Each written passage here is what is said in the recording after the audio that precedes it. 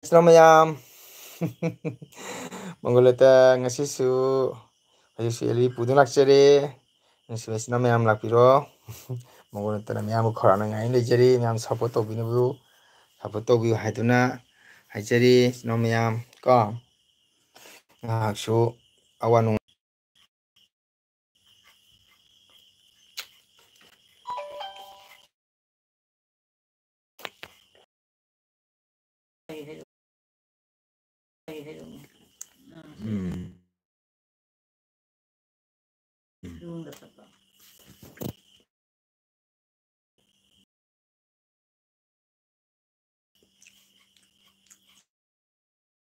ma asyam bibiro Ega hop de pizza na ko ai sinu re. iya Wale dun. ngadi Ha. nga Kari nga ma ai nga ka hen ko ide.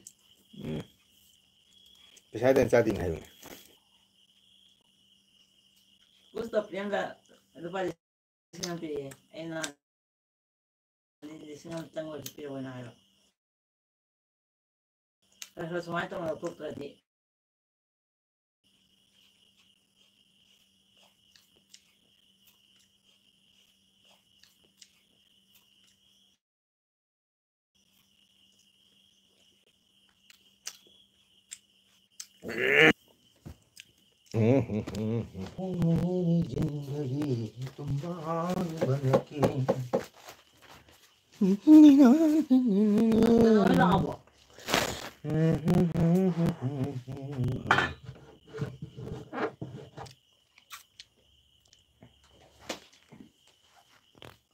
Musui iron how do you do?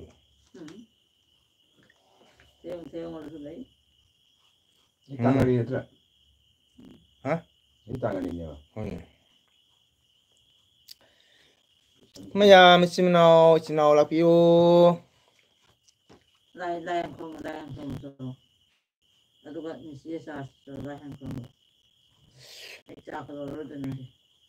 Lo hara sa. Ya ya. Sangang ni tal ya. Sangang wa ni lo to. Sangang le te.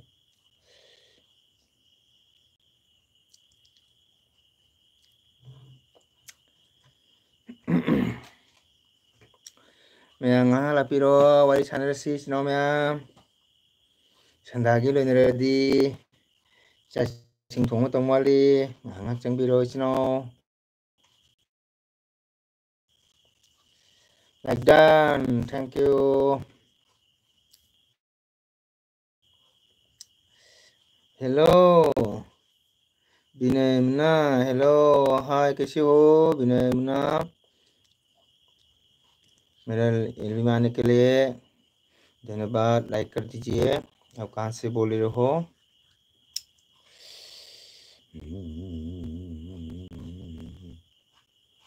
नहीं से कितनी दिन नुंगाइगदर खंगे ने से ला नुंगाइते हम दो के समान अरे माम को तो फरबा 파라도 그 뭐지 뭐 이긴 작세. Dili palo. Borbo. 시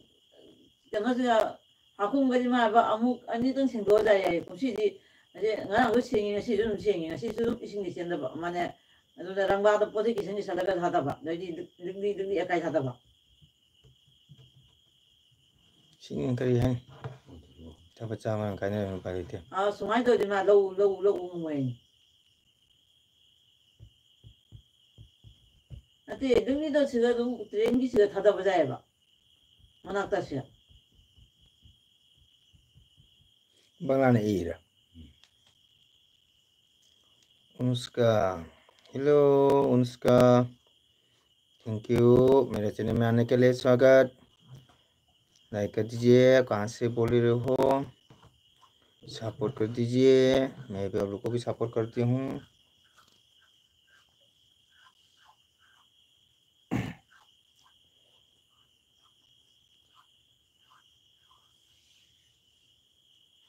रितिश हाय हाय रितिश कैसे हो कहाँ से बोल रहे हो मेरे चैनल में आने के लिए धन्यवाद लाइक कर दीजिए सपोर्ट कर दीजिए bangla na ira kap set amada so sa so pa so tawriba pesa wani ka tawna da lupa changa changa da uzo kare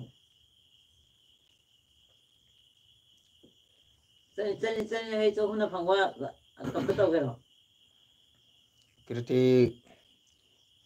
hey क्या मनासाओ कैसे हो कार्तिक लाइक कर दीजिए मेरे चैनल में आने के लिए थैंक यू धन्यवाद चलो चलो चलो नहीं जो अच्छा मुझे हम लोग क्या ना हाई बनी ने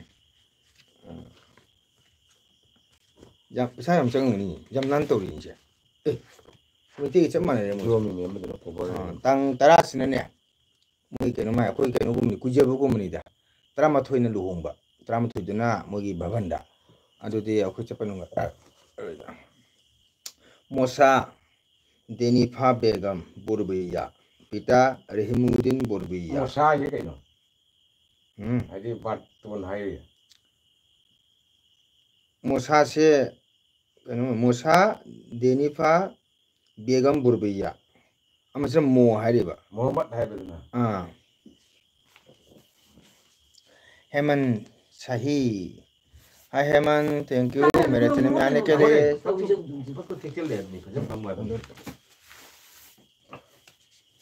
ai tawa sa da ba 저게 하고 저게 하고 이거 많이 ni to ibu to chama mun ka to chobe 저게는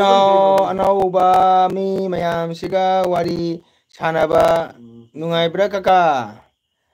sum moi sulai sunu kainu la sum ka khumbi bi wari ni adjamna kaka thoi udida moi sidim changai mi kasu kan to udan te moi sidi akoi da kasu kan to bi bona tiya ba ko dum lak panina sum kauri mi kaka na chandagi cha thabo pita Rihimudin Burbiya Tikana Basrandi Duilambo Kondo Kasarasam मैं मुझे मुझे कहना है बनी ने अब बहुत सियोस आदमी लगता है थैंक यू मैं आवेदन हुसैन लस्कर पिता मो निबाराली लस्कर ठिकाना मधुरबन END रोड 11तम खंड कसारसाम ओ मधुरबन दैनि माइ बोल लागदोसे दुल्हा आमसेन दुल्हिन हाइबा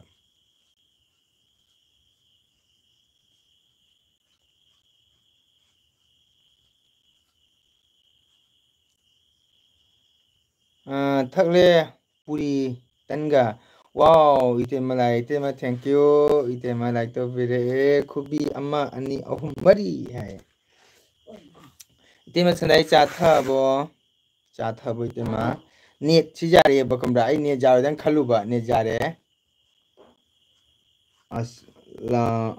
अस्सलामु अलैकुम हाइबा अल्लाहुरा सिरहमते आगामी 26 श्रावण मोहेने खंगित्रा मयांग नेत्रा श्रावण 14 31 बांग्ला आइबा 11 अगस्त 2024 रविवार दिवस मधुरबन निवासी मो निमाराली लस्कर साहेबर पुत्र ओम मो जावेद हुसैन लस्कर ए शहीद आमार कोइना आमादे बन मोसा देनिफा बेगम बुरबिया तन हौरी अंगौबा ngौरी लोयरगा क्लास लेबनिना है वाओ अस तंदी हाउनी तंदी याम पामी एसु तमा तन सिदी अता तंदी याम पामी लैसम रमाकांता हाय लैसम रमाकांता थागचरी आइगी चैनल चंगबिदमक्ता हनिंगाय ते थागचरी लाइक तौबिरमुको लाइक तौबिरमु अदुगा सपोर्ट तौबिरमाइन थागचरी लैसम रमाकांता कैलमदगिनो हाइबिरो जारगदी बेंधौ लागलगा लाक्चगे नचन जारो बेंधौ सुम लाग आई बेंधौ थबक कमनि बेंधौ जामना कैनोनी खमरा अखोय बेंधौ अना एकलिबनिना आई बेंधौ जामना कै कौजद्रमि हुजिकान को आई बेंधौ जाम वाय अदुना बेंधौ संगबा मतम सुम लाक्चरसनु 이천디 좀 레요 카카기 서포트 비오 कोई लेसम रमाकांता कई लमदगिनो हाइबियो अदुग लाइक तौबियो सपोर्ट तौबियो हाइबा वा थमजगे नोंग तारे यदि प्रतो दुप्लुखे दावर निमंत्रण क्रमे बासना जे उतो शुभानुष्ठाने आपनी आपनार पद्धतारा दावर निमंत्रण अनित कृति माजना करबेन इति हाइबा विवाह बासर ओयाधा बैंक्वेट हॉल बासकांदी हॉस्पिटल रोड ओदा बिल्कुल हॉल बासकांदी हॉस्पिटल रोड मोसा जफरा बेगम बुरबिया माता मोनूर अल्लाम बुरबिया राहुल बद्रा मोसी जाम पैसा चंगना तौरीनुको कार्ड के सिबुने को मिते दुमाना मोसी तौरे इसनाव मयाम सपोर्ट तौबियो मयाम लाखबियो कोइते मगे तन हौरे सि जाम चनिंग तन जाम पामेदि मयाम सुम लुहोमगे इनवाइट मा लाखप को अदु सुम पारमबने मरुलंबगे आदि मोय 11 ताई लुहोमनेबा दो तंत्रा सिना अखोई कैनोनिने अखोगी मिते दागना हजिबोल कुजबा मौ कोइना कुजबा हाइतारे मोसु मुसुरगा इरोना हारोइदा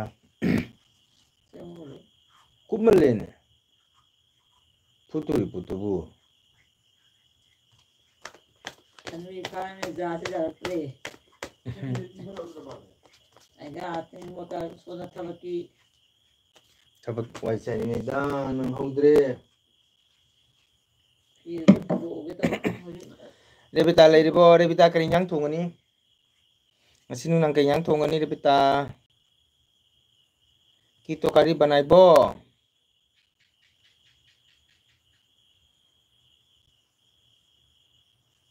अगर आपला का सरम unse mongol ka chikar nungge tolibo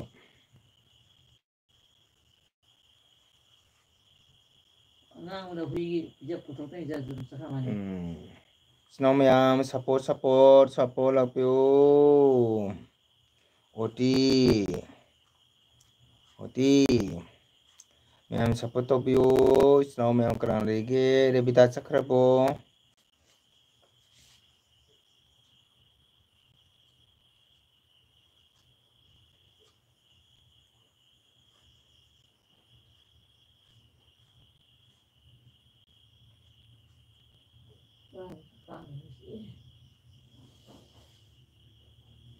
kokon kayak ba iron ba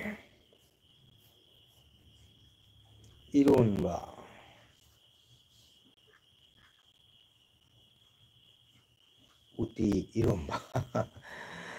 thong lo chieng nei tre cha helani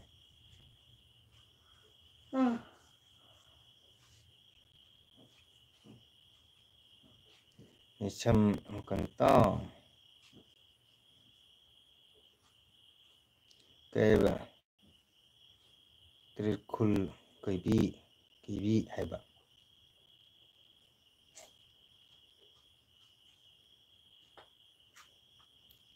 Trikul kibi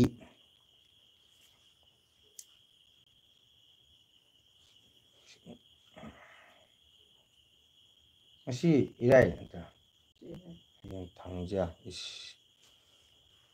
thangja isengba namajing sorat kan marinda nang hayang ka marega te hayang iseng minda sibagi nan bamon sibido jimseng wetalaga lai lo salamani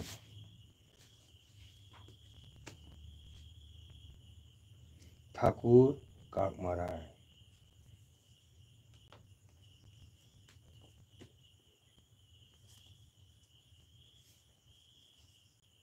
Siang jam lupa ni punya kita orang ni.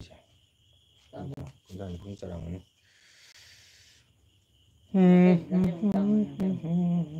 Siang ni terjadi kakak laki, nang siang do kakak laki.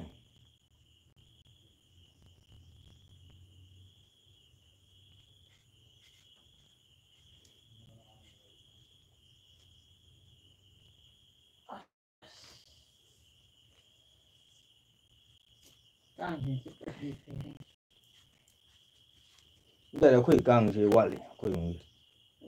ꯅꯣꯏ ꯎꯔꯨꯝꯒ ꯍꯥꯏꯔꯗꯤ ꯀꯥꯡ ꯑꯝꯇ ꯂꯩꯐꯝ ꯀꯥꯡ ꯑꯝꯇ ꯂꯩꯕ ꯀꯥꯡ ꯂꯩꯇꯦ ꯑꯩꯅ ꯑꯃꯨꯛꯁꯨ ꯀꯥꯡ ꯍꯤꯗꯥꯛ ꯆꯥꯏꯈꯤꯕꯅꯦꯕ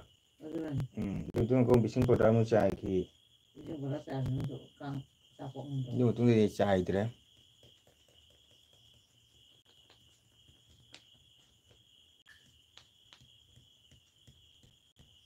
ꯉꯁꯤ ꯀꯩꯅꯣꯗ ꯅꯣꯏ ꯍꯥꯏꯔꯤꯅꯤ ꯇꯥꯕ ꯅꯣꯏ ꯀꯩꯅꯣꯗꯤ ꯏꯁꯤꯡ ꯕꯣꯔꯥꯗ ꯄꯣꯔꯛꯑꯗꯤ ꯈꯤꯇꯪ ꯂꯩꯒꯦ ꯁꯤꯖꯃꯅꯤꯗꯅꯤ ꯄꯩꯁꯥ ꯈꯥꯏꯔꯛꯑꯅꯦꯕ ꯈꯤꯇꯪ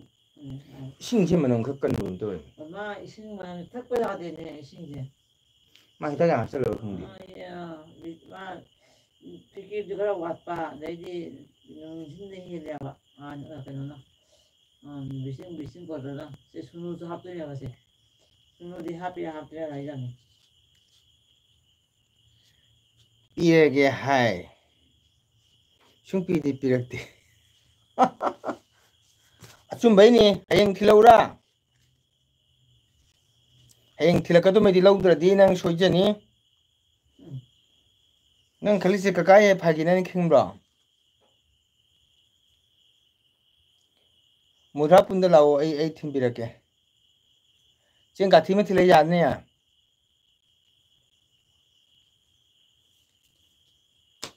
ꯆꯦꯡ ꯀꯥꯊꯤ ꯑꯃ ꯊꯤꯜꯂꯗꯤ ꯌꯥꯅꯦꯕꯀꯣ ꯆꯦꯡ ꯀꯥꯊꯤꯗ ꯄꯋꯥ ꯃꯤ ꯑꯃꯗꯤ ꯆꯔꯥꯃꯔꯤ ꯊꯦꯜꯂꯦ ꯄꯣꯡꯈꯥꯏ ꯊꯣꯡꯕ ꯄꯋꯥꯈꯥꯏ ꯅꯤꯄꯥꯜꯅꯤ ꯄꯋꯥ ꯄꯥꯔꯒ ꯃꯔꯤꯅꯤ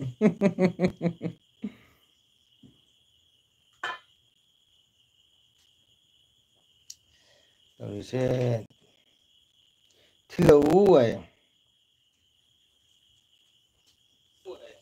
ꯊꯤꯜꯂꯛꯎ ꯍꯥꯏꯌꯦ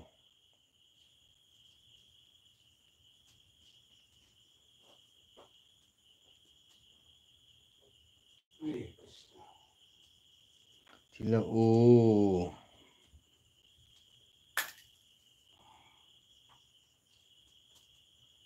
ꯊꯤꯜꯂꯛꯎ ꯊꯤꯜꯂꯛꯎ ꯂꯥꯏꯛ ꯗꯟ ꯁꯔꯃ ꯊꯦꯡꯀ꯭ꯌꯨ ꯊꯤꯜꯂꯛꯎ ꯅꯪ ꯂꯧꯕ ꯂꯥꯛꯀꯗ꯭ꯔꯣ ꯅꯪ ꯂꯧ ꯂꯥꯛꯀꯅꯗꯤ ꯀꯥꯏꯗꯦ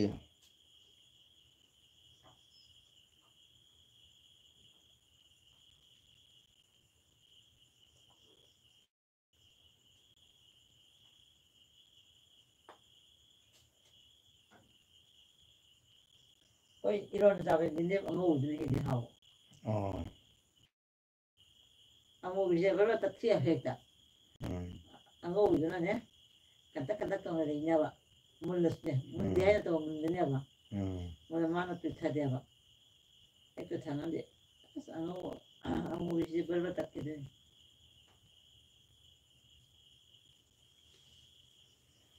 ꯀꯥꯊꯤ ꯑꯃꯗ ꯆꯣꯠꯂꯣꯏꯍꯦ ꯀꯥꯊꯤ ꯑꯃꯗ ꯆꯣꯠꯂꯣꯏꯍꯦ ꯍꯥꯏꯌꯦ ꯑꯗꯨꯗꯤ ꯀꯌꯥ 25 kg ꯕꯦꯛ ꯅꯠꯇ꯭ꯔ 50 kg ꯕꯦꯛ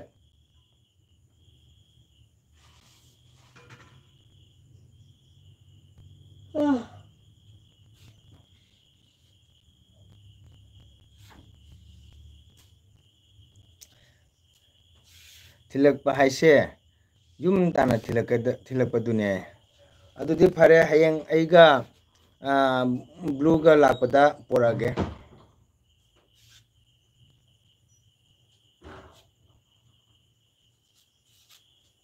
ꯀꯣ ꯕ꯭ꯂꯨꯒ ꯂꯥꯛꯄꯗ ꯄꯨꯔꯛꯀꯦ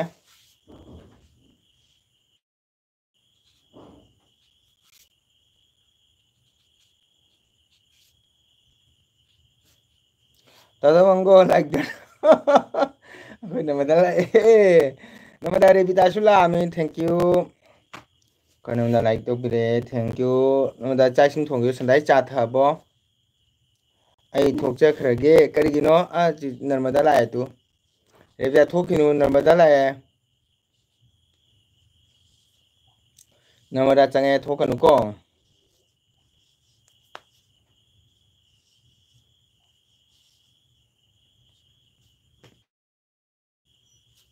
ꯔꯦꯕꯤꯇꯥ ꯁꯟꯗꯥꯒꯤ ꯆꯥ ꯊꯛꯂꯕꯣ ꯊꯛꯑꯕꯣ ꯍꯪꯉꯦ ꯑꯗꯣ ꯆꯥ ꯊꯛꯂꯕ ꯍꯪꯉꯦ ꯑꯗꯣ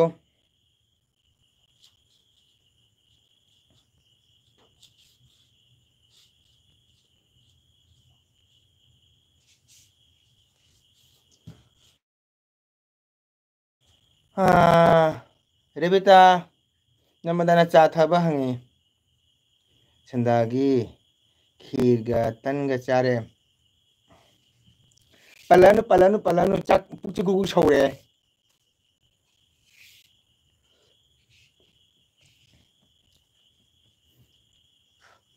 ꯁꯟꯗꯥꯒꯤ ꯈꯤꯔꯒ ꯇꯟꯒ ꯆꯥꯔꯦ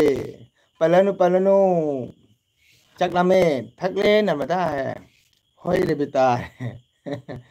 ꯈꯤꯔꯒ ꯇꯟꯒ ꯆꯥꯔꯦ ꯑꯗꯨ ꯅꯨꯡꯗꯥꯡ ꯆꯥꯛꯇꯤ ꯊꯦꯡ ꯆꯥ ꯇꯥꯔꯦꯀꯣ ꯅꯨꯄꯥꯗ ꯄꯤꯖꯈ꯭ꯔꯕ ꯑꯗꯨꯕꯣ ꯌꯦꯡꯅꯦ ꯑꯗꯨ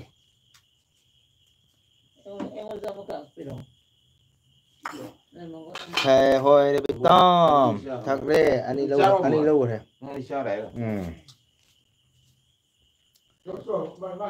ꯅꯨꯈ꯭ꯔꯦ ꯅꯪ ꯀꯔꯤ ꯏꯟꯖꯥꯡ ꯊꯣꯡꯒꯅꯤ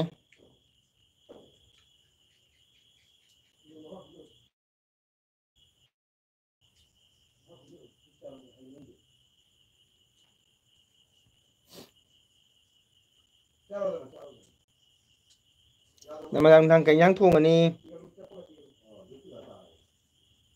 ꯆꯥꯛꯀ ꯆꯥꯔꯔꯣꯏ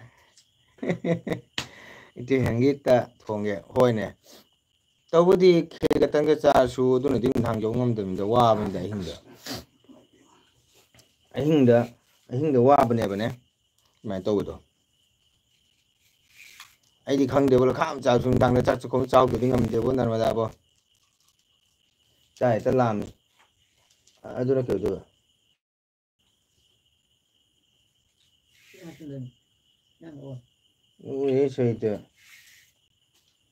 ꯆꯪꯉꯁꯤꯅ ꯎꯁꯣꯏ ꯇꯧꯕ ꯇꯧꯐꯝꯅꯤ ꯑꯗꯨꯗꯤ ꯉꯥꯛꯇꯪ ꯀꯩꯁꯨ ꯍꯥꯆꯟ ꯇꯧꯅꯕ꯭ꯔꯥ ꯆꯥꯅꯕ ꯆꯥꯟꯗꯕ꯭ꯔꯥ ꯅꯪꯅ ꯄꯤꯖꯔꯦꯗ ꯅꯪ ꯐꯝꯃ ꯆꯥꯔꯦꯗꯅ ꯑꯩꯁꯨ ꯑꯃꯇ ꯑꯁꯤ ꯍꯤꯟꯖꯥꯡ ꯃꯊꯦꯜꯅꯤꯅ ꯍꯌꯦꯡ ꯑꯝꯇꯪ ꯏꯔꯣꯜꯂꯣ ꯃꯤꯅ ꯇꯧꯅꯗꯕ ꯊꯕꯛꯅꯤ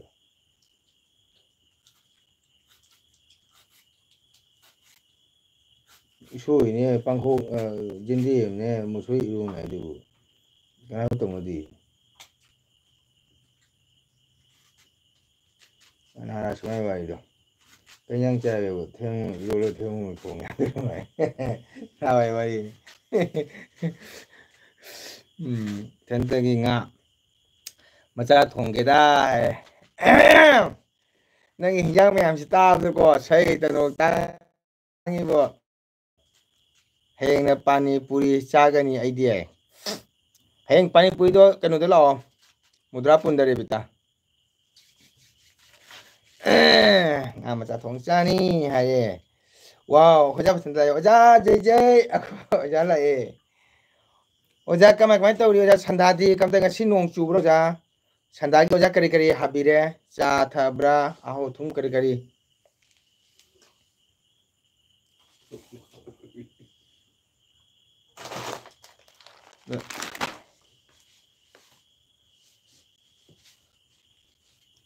ꯑꯗꯨꯅꯤ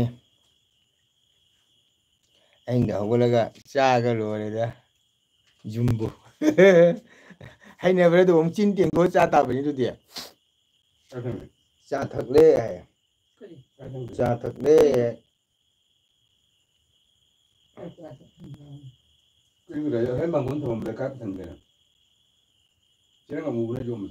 ꯆꯥ ꯊꯛꯂꯦ ꯀꯀꯥꯁꯤꯅꯅꯦ ꯊꯔꯥꯅꯤꯅ ꯆꯥꯛ ꯊꯣꯡꯕꯁꯦ ꯏꯄꯥꯟꯇ ꯄꯥꯅꯔꯦ ꯊꯔꯥꯅꯤ ꯏꯔꯣꯟꯒꯅꯤ ꯑꯗꯨꯒꯤ ꯍꯥꯏꯅꯔꯤꯃꯤꯗ ꯑꯩꯅ ꯏꯔꯣꯟꯕꯁꯦ ꯌꯥꯝ ꯄꯥꯝꯖꯕ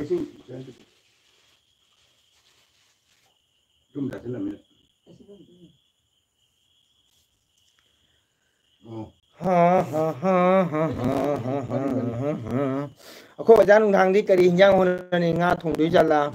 ꯅꯠꯇ꯭ꯔ ꯀꯥꯡꯁꯣꯏ ꯊꯣꯡꯗꯣꯏꯔꯥ ꯆꯨꯝꯊꯣꯡ ꯍꯣꯠꯅꯒꯗꯧꯕ꯭ꯔꯥ ꯂꯦꯞꯇ ꯂꯥꯛꯑꯣ ꯑꯩꯒ ꯆꯠꯂꯒ ꯚꯤꯗꯤꯑꯣ ꯑꯣꯏꯅ ꯁꯦꯝꯁꯤ ꯄꯥꯅꯤꯄꯨꯔꯤꯒꯤ Mi laktana kakana Tharaniga aiga khanba hauna leire ni si am nuai tere bida ka kai jimse iro le hai oh oja iro ma jam hauri da hui sa ma tam se ke iro ma jam hauri da oja ta do phagi tawri ni ai jaro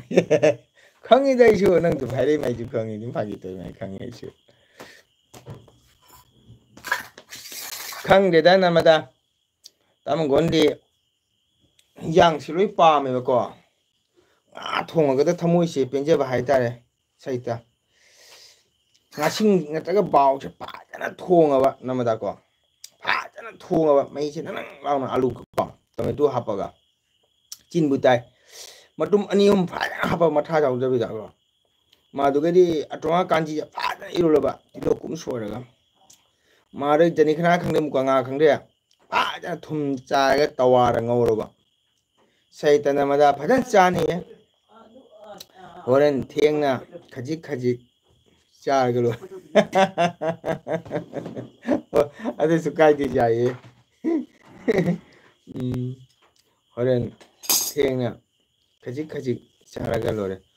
हेंग तांग अहुम को अस आइबो होइन दे तांग मरी नि पुसे हातु दे माइ फिरोय उता थिथि नि केदुम खिदं हापिदर दि गाव गाव नि सिबादे हलबदा खजिक lake तारि होय video सेमबदा आई जाउबदी ngamloi lakti lakti kari ro nang nana pai jaun dum nana ro sai chappa ga jaun dum sai pai ga samai na nana pai ga ai ne sai na pai na nan ma da video sai lo ren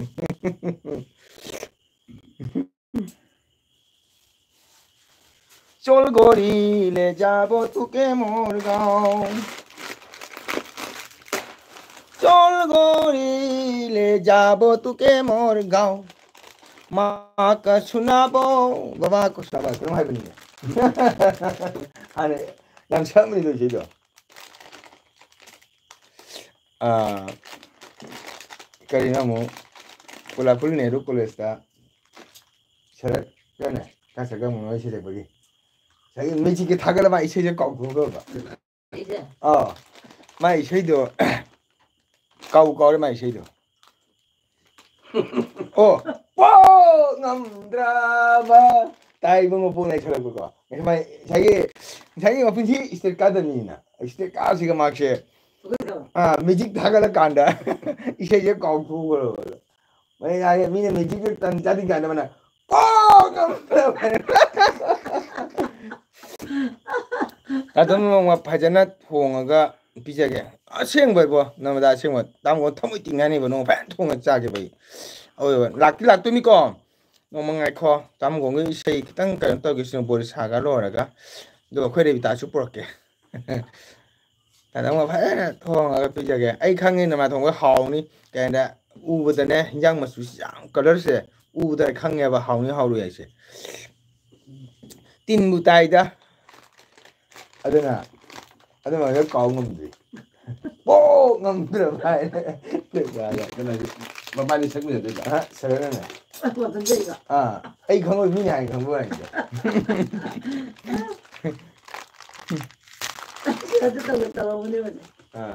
không biết ra được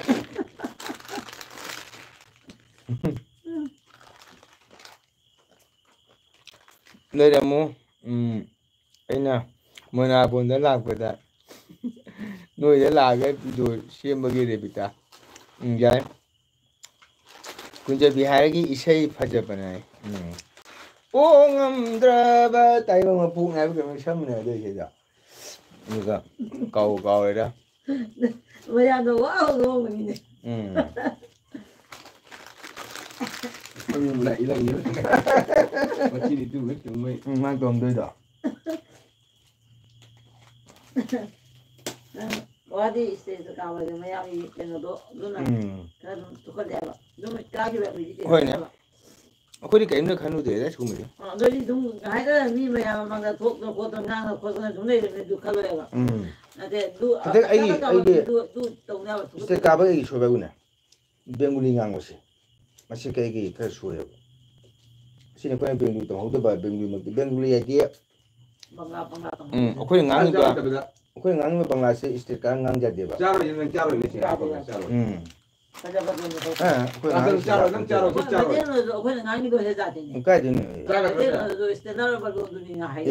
ꯑꯩꯈꯣꯏꯁꯦ ꯉꯥꯡ ꯂꯣꯟꯁꯤ ꯇꯥꯅꯤꯡꯕ ꯋꯥ ꯅꯠꯇꯦꯕ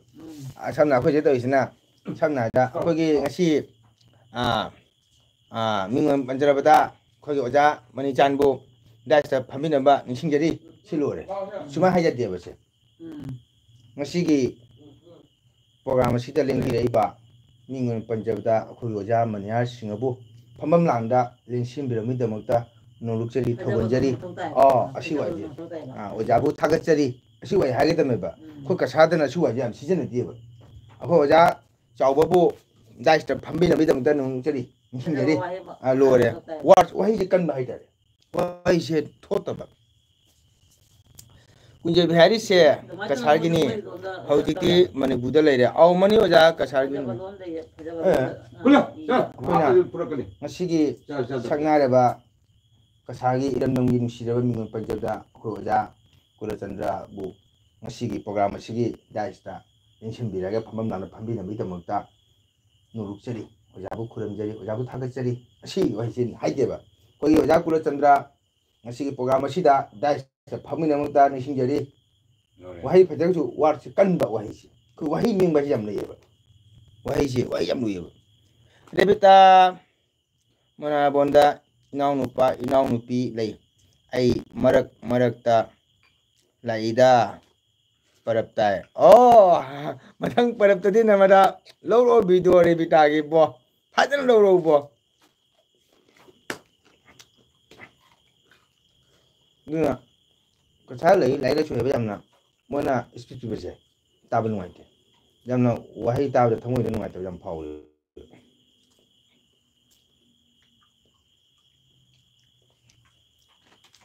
कसार बांगनी मनी कसार बांगनी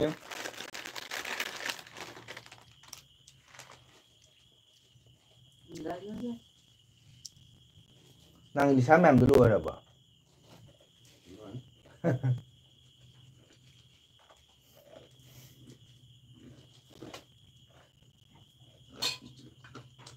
moi tha phar ba moi phami je kan phami je ya pira ba 어디지 단돈이 하드기 빼서 그거니 어디 하양 그 생각 좀 호가 되다 까 된다 아주 형 라스터네 다도와 ngang jam haye kai denda tang gona kesui podi ngang na rimida aina program am jawjer bise ko tang ngi sormai bu benguli si am sole ko ngamu se haita ba aduna kitang ai gona wa ba haitare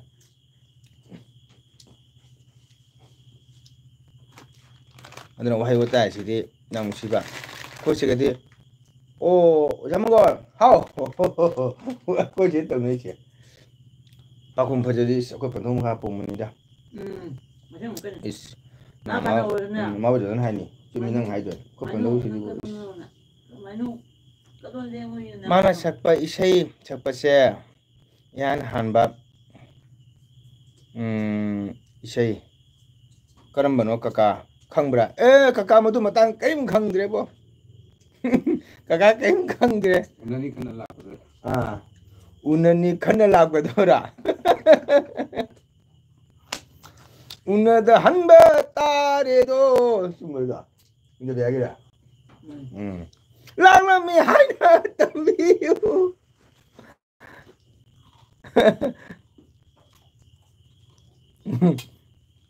Hai Nabita. Unani kana lakni.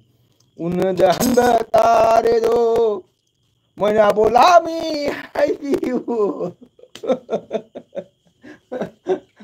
Ngam sao nu ko sum nuai thok than su phagi gai tong nu ko ni chinau me waro bi nu ko to election ken bas chala badi jam pakchani wang ba jam he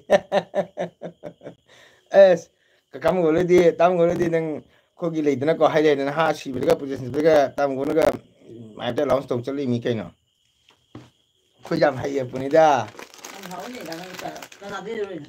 아 그노데 무비 스토어 무비 거란데 무비 홀세일 두간데 니 아이지부 그이 아이 마치로니 아무 뚱라 항니지고 무비잖아 봐 무리잖니 예 사이레 인 하빨 레이미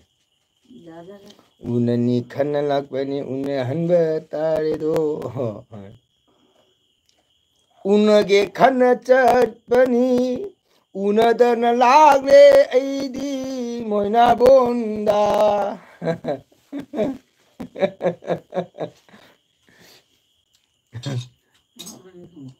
Matemu su atora Musorijo Mga tangi suru Pong wali ba Pong wali amanya sundeme ada kadang-kadang sama Ngasi nuk tengah pindah tantang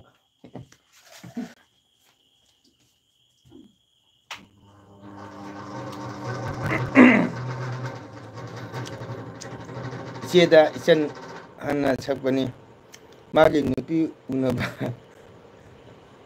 Pangda begitu, saklam bani. Kaya siada isan hana sakbani magi nupi unaba pangda begitu, saklam bani. Cholgori le jabo ko more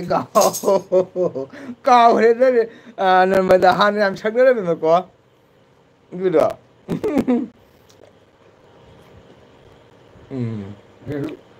보이라. 지금 우로 소리지니. 지디 간더라. 내가 지지 우롱시라. 지디 간더라. Namada inaw nupa, inaw nupi lay. Haido. Kanano ay. Oh, ako naman dagi kanuni. Moy kanggo.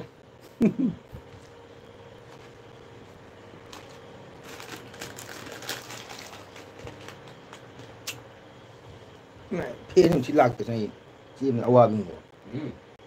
phê chỉ lạc từ gì 구나도 놀래 산다고 그래 그렇게.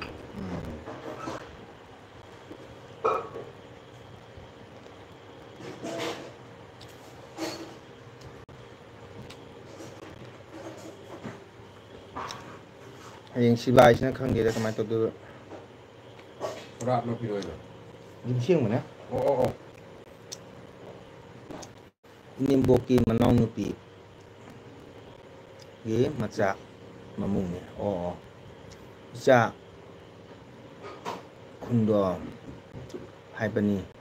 ahanba sei ne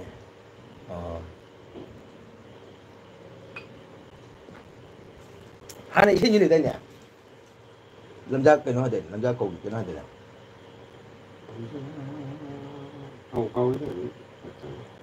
câu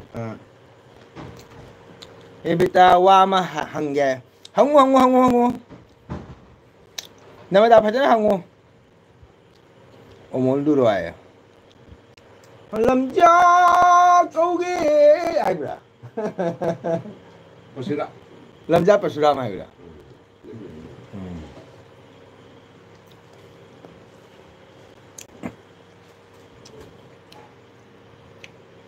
Sino mayam support to view, mayam love you, now sino mayam nek maring sida.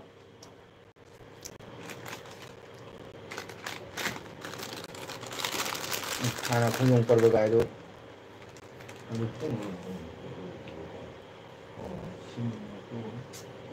Pai le ti. Hoi hangu jagane. Kesor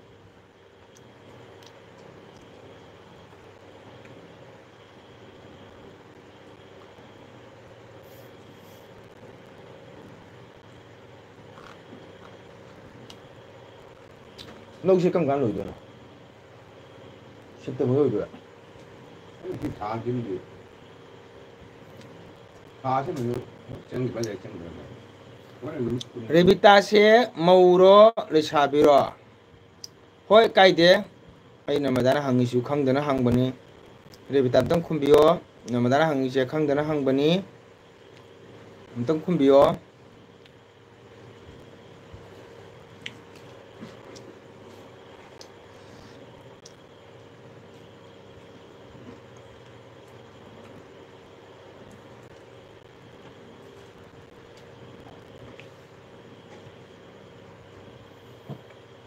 ꯔꯦꯕꯤꯇꯥꯁꯦ full support thank you ꯏꯁꯩꯁꯦ ꯁꯦꯃꯤꯁ ꯑꯣꯏꯅ ꯏꯕꯅꯤꯅ ꯁꯛꯄ ꯀꯥꯎꯔꯦ ꯑꯗꯣ ꯔꯦꯕꯤꯇꯥ ꯑꯩꯈꯣꯏ ꯅꯃꯗꯥꯅ ꯍꯪꯉꯤ ꯅꯪꯉꯣꯟꯗ ꯋꯥꯍꯪ ꯑꯃ ꯑꯗꯣ ꯑꯝꯇꯪ ꯈꯨꯝꯃꯛꯑꯣꯀꯣ ꯅꯃꯗꯥꯅ ꯍꯪꯉꯤꯁꯦ ꯈꯪꯗꯅ ꯍꯪꯕꯅꯤ ꯔꯦꯕꯤꯇꯥ ꯅꯨꯡꯁꯤꯕꯅꯤ ꯑꯝꯇꯪ ꯈꯨꯝꯃꯛꯑꯣ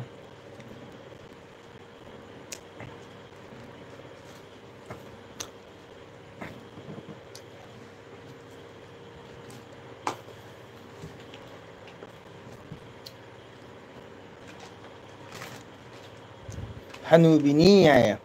ꯅꯪ ꯍꯧꯔꯝꯗꯣ ꯃꯤꯅ ꯍꯪꯉꯗꯤ ꯐꯖꯅ ꯈꯨꯝꯃꯨ ꯀꯩꯅꯣ ꯔꯦꯕꯤꯇꯥ ꯅꯪꯕꯣ ꯇꯥꯗꯣꯃꯒꯣꯜ ꯀꯔꯤ ꯆꯥꯔꯤꯅꯣ ꯍꯥꯏ ꯑꯣ ꯑꯆꯥꯄꯣꯠꯅꯤꯗꯤ ꯑꯩꯅꯅꯦ ꯈꯪꯕ꯭ꯔꯥ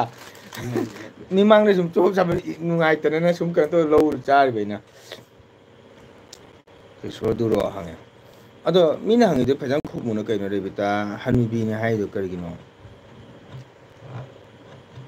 ꯅꯃꯗꯥ ꯃꯥ ꯂꯩꯁꯥꯕꯤꯅꯤ ꯑꯩ ꯍꯥꯏꯔꯒꯦ ꯃꯥ ꯂꯩꯁꯥꯕꯤꯅꯤꯀꯣ ꯂꯩꯈꯣꯝꯕꯤ ꯃꯃꯥꯗꯨꯔꯣ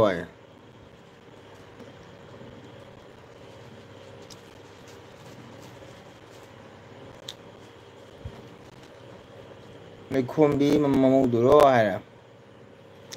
ꯅꯔꯃꯗꯥ ꯔꯦꯕꯤꯇꯥꯁꯦ ꯂꯩꯁꯥꯕꯤꯅꯤꯀꯣ ꯂꯩꯁꯥꯕꯤꯅꯤ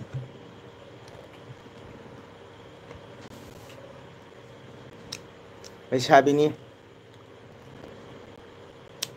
ꯑꯗꯨꯅꯤ ꯇꯥꯗꯣꯃꯉꯣꯟꯅ ꯈꯔ ꯃꯥꯅ ꯅꯩꯔꯤꯁꯦ ꯈꯔ ꯀꯣꯆꯤ ꯊꯥꯡꯉꯤꯁꯦ ꯇꯥꯗꯣꯃꯉꯣꯟꯅ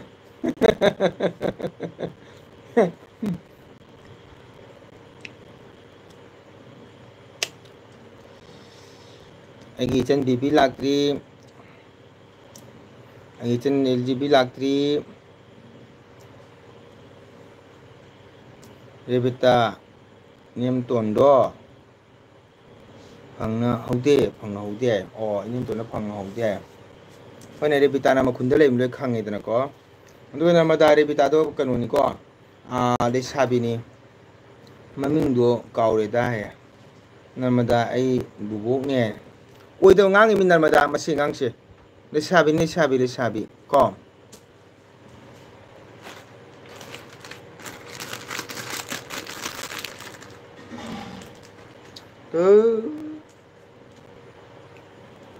ꯁꯤꯡ ꯑꯩꯒꯤ ꯄꯩꯁꯥꯅꯤꯁꯦ ꯀꯃꯥꯏꯅ ꯇꯧꯗꯣꯏꯅꯣ ꯇꯥꯡ 10 ꯀꯩꯅꯣꯝ ꯂꯩꯕꯅꯤ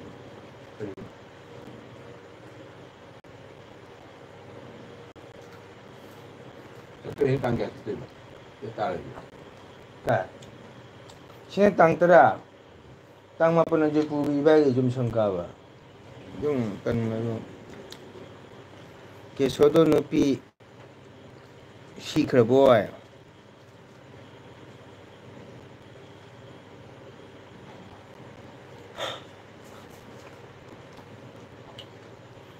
ꯀꯦꯁꯣ ꯅꯨꯄꯤ ꯁꯤꯕꯣ ꯒꯨꯔꯨ ꯅꯩꯔꯦꯍꯦ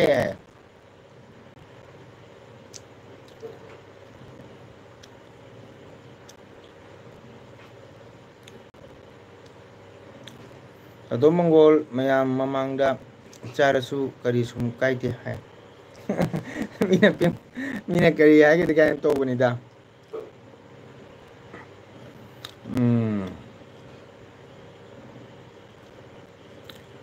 ꯅꯣꯏ ꯈꯨꯟꯒꯤ ꯅꯨꯄꯤ ꯂꯧꯕꯅꯤ ꯆꯟꯗꯅꯤ ꯀꯧꯕꯗꯨꯔꯣꯏ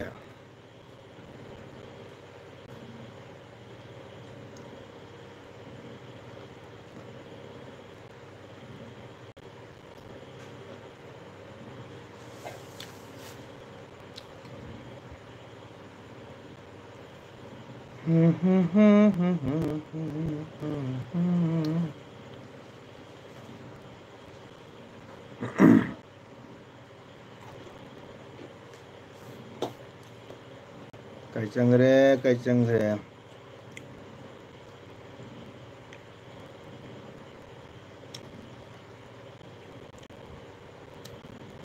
Kari mathil honarage oja ngasi se sum atopa hawai oina sum honare oja Rebita Kesurgi ahan bagi mau leikidre hai oh akhoi ja chak chabi rebo sa irum ba haibdo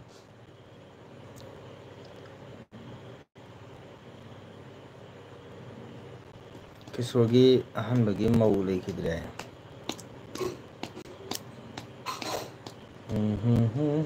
chadri hai hoi da ngali do ja ngali pung ni pam di ta do re ja ko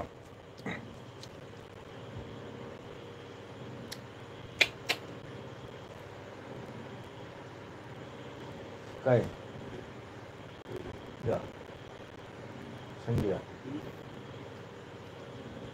Simanga aiga na baljudagi nupi ama Simaga pire repita oh pai namada tumlaba khangre kalaktre ya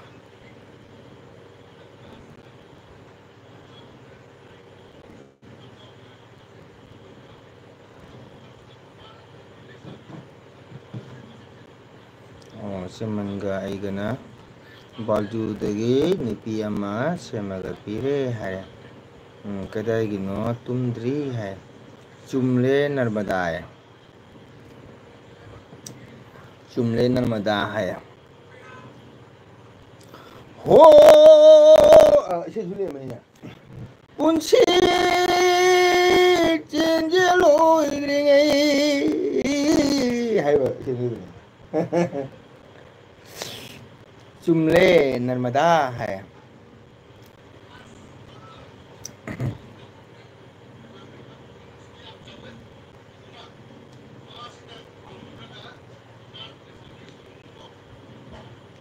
Rebita ai video sembada tama tain thoi tai tumdre aduni video sembada am kuchang mane koi namada video di yang ngai bani ko mayam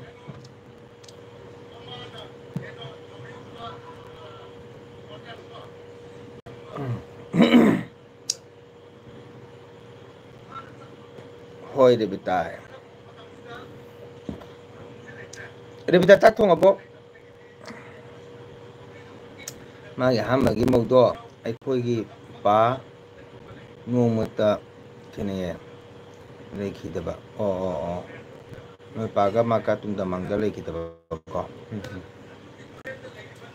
oida asi nai wai tok thosi da ngai wai hudrose asi nagi wari tok thosi aigi ichan baby lai hai kaka hai baby chak thong abo Bebe like toromo thank you aigi ichan baby lai mayam sibna namada maming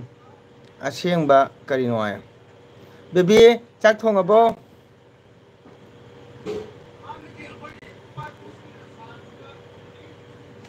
Baby, saya kakak na LB thai ra to bala ko la sung ngai lemba hai te change chak thong bron ta kamai toi no hai kenyang thong i baby kana gi ming no hai baby kenyang thong i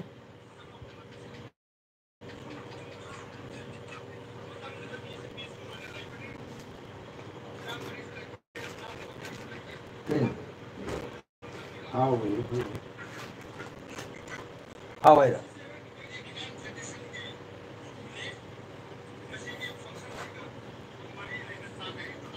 Mui nggak metan lagi.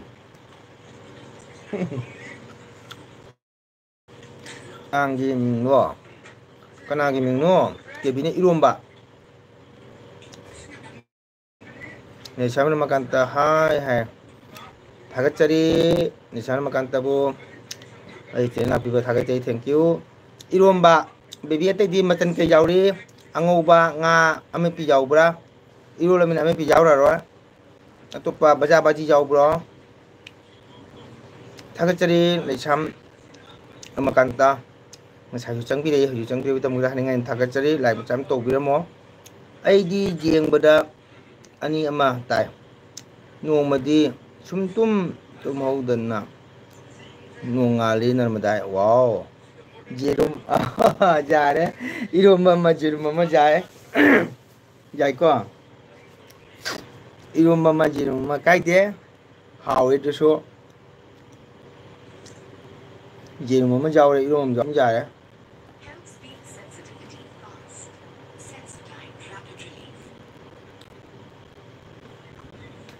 ꯊꯣꯡꯕ ꯂꯣꯏꯔꯕꯣ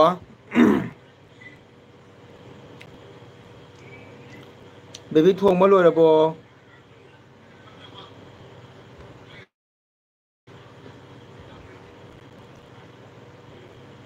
ꯃꯣꯏ ꯉꯥꯡ ꯇꯥꯕ ꯅꯨꯡꯉꯥꯏꯕꯅꯤ local local ꯇꯧꯅ baby ꯊꯣꯡꯕ ꯂꯣꯏꯔꯕꯣ ꯌꯦꯔꯨꯝ ꯊꯣꯡꯕ 이ꯔꯣꯝꯕ ꯊꯣꯡꯕ ꯂꯣꯏꯔꯕꯣ ꯅꯣꯏ ꯕꯕꯥ ꯃꯥ ꯆꯥꯈ꯭ꯔꯕꯣ ꯏꯅꯦꯕꯣꯛ ꯍꯣꯏ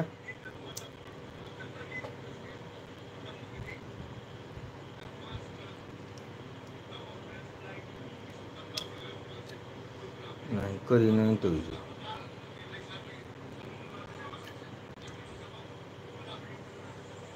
ꯆꯟꯗꯅꯤꯗꯣ ꯈꯔ ꯀꯣꯛꯇꯤ ꯆꯥꯛꯄ꯭ꯔꯥ ꯅꯃꯗꯥ ꯏꯟꯗꯣꯆꯥꯅꯤ ꯀꯀꯥꯅ ꯂꯧꯔꯤꯅꯤ ꯌꯨꯝ ꯊꯪꯅ ꯂꯩꯌꯦ ꯑꯁ ꯔꯦꯕꯤꯇꯥ ꯅꯪꯁꯨ ꯆꯨꯝꯅ ꯁꯨꯝ ꯍꯥꯏꯔꯨꯕ ꯑꯁ ꯑꯗꯨꯃꯥꯏꯅ ꯍꯥꯏꯒꯅꯨ ꯀꯩꯅꯣ ꯀꯅꯥ ꯃꯤꯅ ꯎꯔꯝꯕꯩ ꯇꯥꯔꯝꯕꯗꯤ ꯅꯨꯡꯉꯥꯏꯒꯗ꯭ꯔꯅꯦ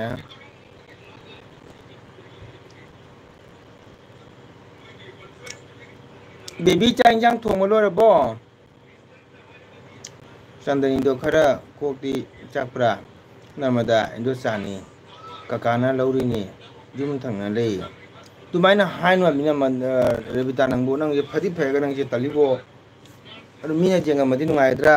ꯀꯀꯥꯒꯤ ꯆꯦꯅꯦꯜꯁꯦ ꯀꯅꯥꯒꯨꯝꯕꯅ ꯌꯦꯡꯉꯝꯃꯣ ꯊꯥꯔꯝꯃꯣ ꯃꯤꯅ ꯀꯔꯤ ꯈꯟꯒꯅꯤ ꯃꯤꯅ ꯀꯔꯤ ꯍꯥꯏꯒꯅꯤ ꯑꯗꯨꯃꯥꯏꯅ ꯍꯥꯏꯕ ꯍꯧꯅꯗꯦ ꯅꯪꯕꯣ ꯏꯆꯟ ꯅꯨꯡꯁꯤꯕꯤ ꯅꯪꯕꯣ ꯑꯗꯨꯃꯥꯏꯅ ꯍꯥꯏꯕ ꯍꯧꯅꯗꯦ ꯅꯪꯕꯣ ꯕꯦꯕꯤ ꯅꯪ ꯆꯥꯛ ꯏꯟꯁꯥꯡ ꯊꯣꯡ ꯂꯣꯏꯔꯕꯣ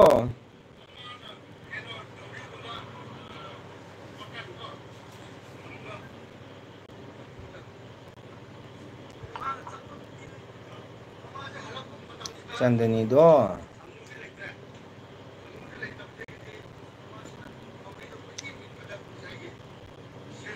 ꯀꯣꯛꯇꯤ ꯆꯥꯛꯄ꯭ꯔꯥ ꯑꯗꯨꯃꯥꯏ ꯍꯥꯏꯅꯨ ꯔꯦꯕꯤꯇꯥ ꯐꯗꯅ ꯑꯗꯨꯝ ꯆꯥꯅꯤ ꯃꯆꯥꯁꯤꯡꯗꯨꯗ ꯃꯥꯒꯤ ꯀꯅꯥꯒꯨꯝꯕ ꯔꯤꯂꯦꯁꯟꯅ ꯀꯔꯤꯒꯨꯝꯕ ꯀꯀꯥꯒꯤ ꯆꯦꯅꯦꯜꯁꯤ ꯌꯦꯡꯉꯝꯃ ꯇꯥꯔꯗꯤ ꯃꯤꯅ ꯅꯨꯡꯉꯥꯏꯒꯗ꯭ꯔꯗꯣ ꯔꯦꯕꯤꯇꯥ ꯀꯦꯁꯣꯔ ꯃꯧ ꯆꯦꯟꯕꯗ ꯑꯩꯅ ꯆꯦꯟꯕꯤꯔꯤꯅꯤ ꯈꯣꯡ ꯈꯨꯠ ꯏꯪꯗꯅ ꯁꯤꯔꯝꯗꯣꯔꯦ ꯀꯤꯖꯕꯅ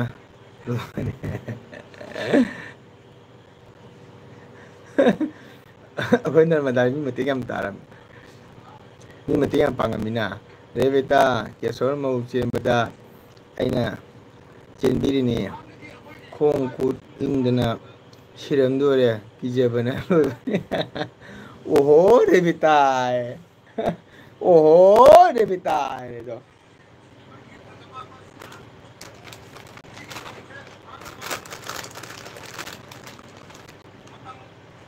ꯀꯥꯏꯀꯨꯔꯣ ꯄꯣꯀꯦꯜꯗꯣ ꯀꯥꯏꯀꯨ ꯃꯥꯟꯕ ꯕꯣꯅꯤ ꯍꯥꯏꯕ꯭ꯔꯥ ꯕꯣꯅꯤ ꯃꯥꯟꯕ ꯃꯈꯣꯟ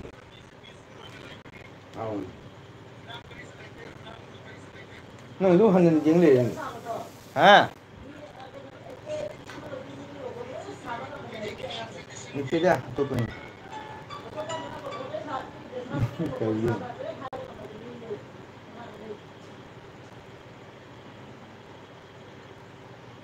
ꯁꯤꯌꯥ ꯏꯁꯇꯥꯏꯜ ꯑꯃ ꯁꯦꯝꯃꯤ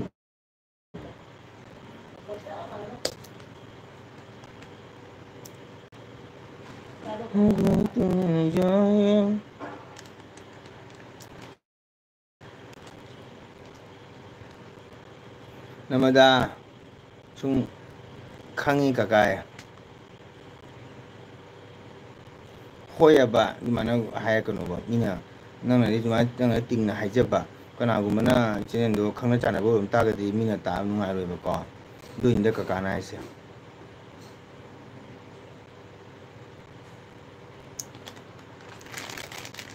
ꯑꯩꯈꯣꯏ ꯕꯦꯕꯤꯁꯦ ꯀꯩꯗꯧꯔꯕ ꯈꯪꯗꯦ ꯆꯥꯛ ꯏꯟꯁꯥꯡ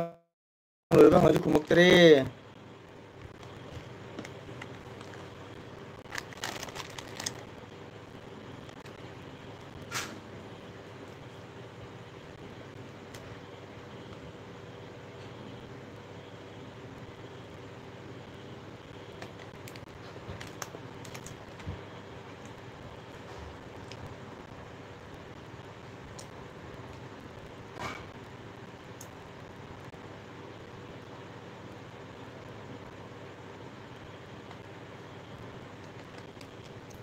ꯑꯁꯦꯡꯕꯅꯤ ꯇꯥꯗꯣꯏ ꯅꯔꯃꯗꯥ ꯉꯔꯥꯡ ꯃꯃꯥ ꯑꯣꯏ ꯆꯥꯛ ꯄꯤꯖꯕ ꯂꯥꯛꯄꯅꯦ ꯑꯣ ꯉꯔꯥꯡ ꯃꯃꯥ ꯑꯣꯏ ꯆꯥꯛ ꯄꯤꯖꯕ ꯂꯥꯛꯄꯅꯤ ꯀꯔꯤ ꯆꯥꯛ ꯄꯤꯖ ꯂꯩꯕ ꯅꯥꯔꯕ ꯍꯥꯏꯁꯦ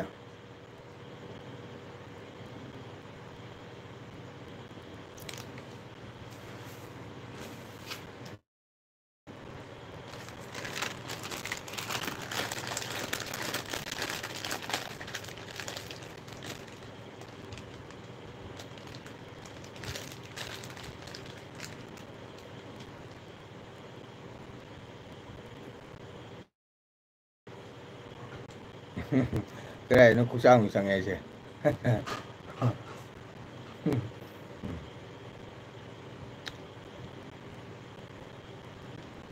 호이레비따 하래 너짜도 이낙다 모바일 바이더기 뭉티기 락두네 파이 빠일로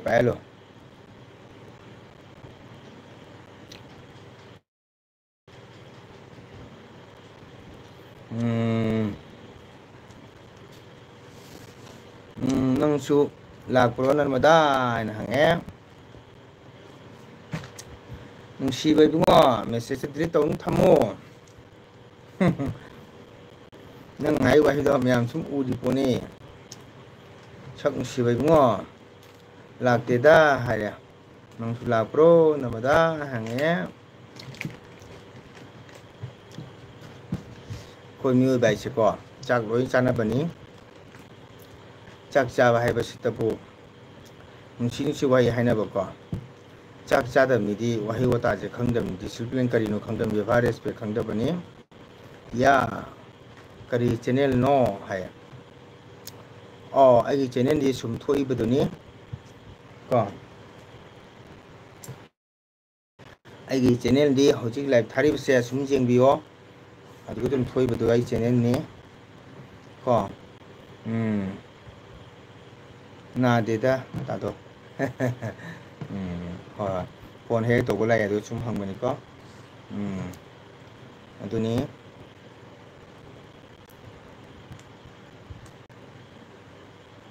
ꯀꯀꯥꯅ ꯈꯪꯂꯣꯏ ꯅꯔꯃꯗꯥ ꯈꯪꯉꯤ ꯀꯀꯥ ꯅꯪ ꯌꯥꯎꯔꯛꯀꯅꯨ ꯌꯥꯎꯔꯣꯏ ꯅꯪ ꯀꯣꯃꯦꯟꯗꯨꯗꯅꯦ ꯑꯩꯅ ꯄꯥꯗꯣꯔꯤꯕ ꯌꯥꯎꯔꯣꯏꯌꯦ ꯁꯅꯥ ꯏꯕꯦꯝꯃꯣ ꯏꯆꯟ ꯅꯨꯡꯁꯤꯕꯤ ꯌꯥꯎꯔꯣꯏꯌꯦ ꯅꯪꯅ ꯏꯔꯤꯕꯗꯨꯇꯅꯤ ꯀꯀꯥꯅ ꯄꯥꯒꯗꯧꯁꯦ ꯏꯔꯧ ꯅꯪꯅ ꯏꯅꯤꯡꯕꯗ ꯏꯔꯧ ꯏꯕꯦꯝꯃ ꯅꯣꯛꯀꯅꯨ ꯅꯣꯛꯄꯗ ꯅꯄꯤ ꯇꯥꯔꯛꯀꯅꯤ ꯅꯣꯛꯄꯗ ꯃꯄꯤ ꯇꯥꯔꯛꯀꯅꯤꯀꯣ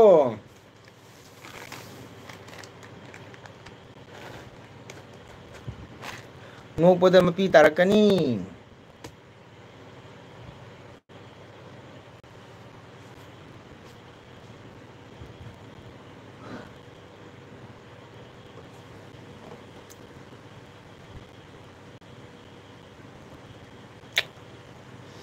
ꯑꯃ ꯃꯤ ꯃꯥꯄꯟ ꯉꯥꯏꯔꯦ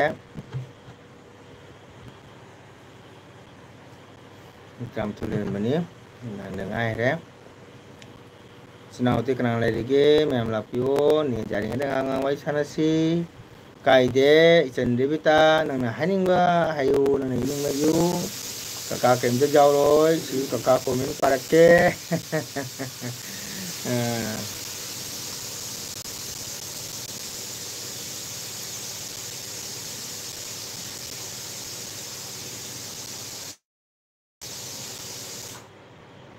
ꯂꯣꯏꯗ꯭ꯔꯤꯕꯣ ꯍꯟꯖꯤꯟ ꯄꯨꯔꯥ ꯂꯧꯊꯣꯛꯏꯔ ꯃꯥꯏꯗꯣ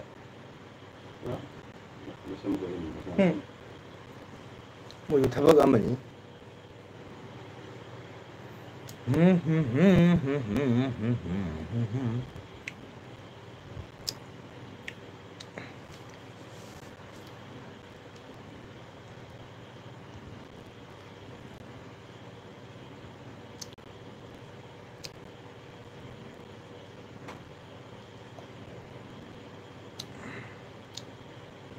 ꯃꯤ ꯆꯦꯅꯦꯜꯅꯤ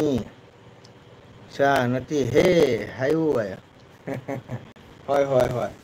hoi ra khangdana sum hangakpani kaim kaide tai ni chak chabam ju changame wahi wata phajabam ka ni chene ne se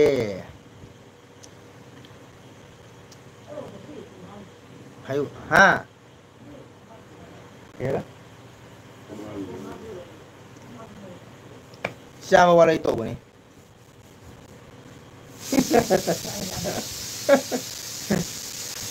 yang học cái ito bani Rebita sosial media ni na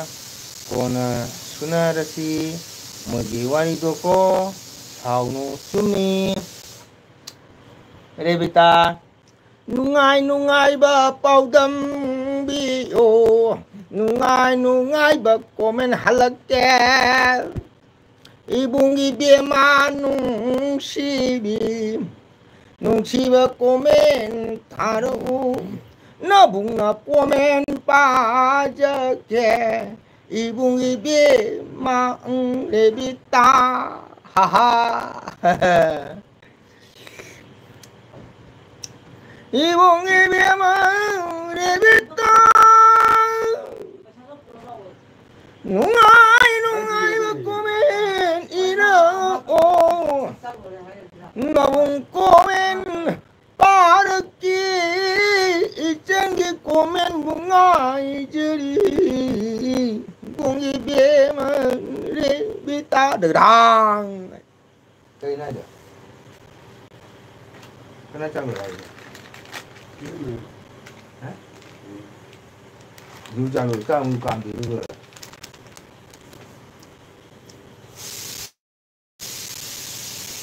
nhưng mà ta tạo một công trình giả ra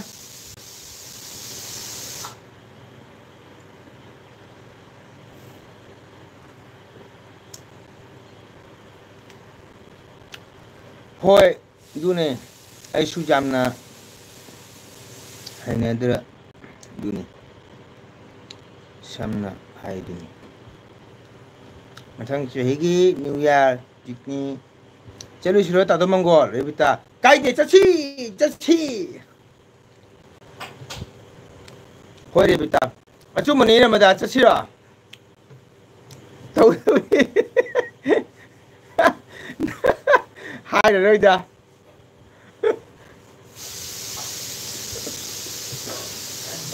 cái gì nga chặt áo bên đang gối phụ thuộc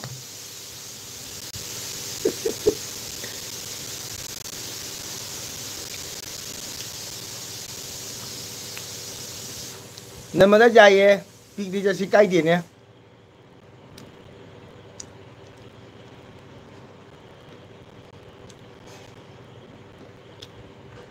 Chasi kai dia chasi Aku Rebita pura orang magau nungai rồi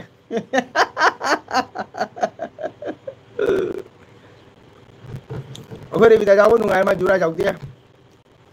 Aku di ceman lei deh namada lei deh abungon lei deh aku suai lei deh aku sai lei deh isa sing lei nak ko nato namada adu nang nak tahun abingan nang ngacak baru thok ta deh aw wa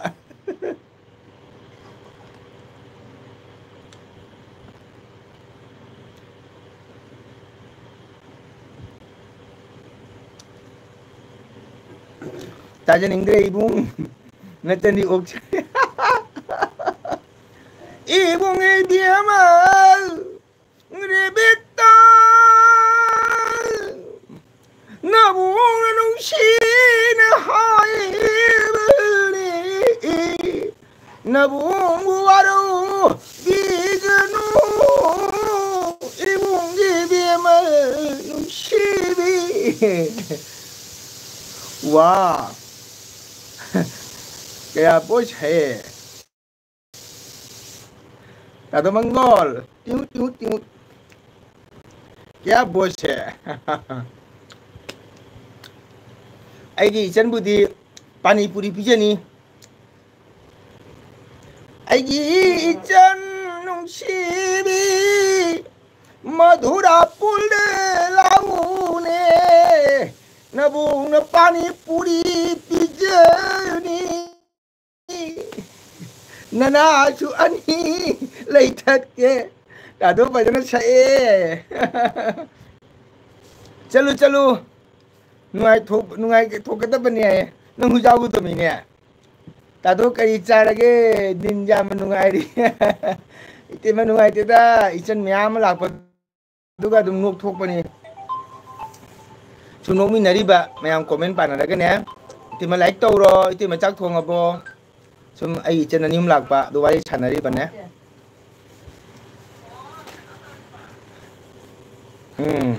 सेंबैनी Phagi नते चलुसी असेंबै Namda मा आई तामगुन फागी नते को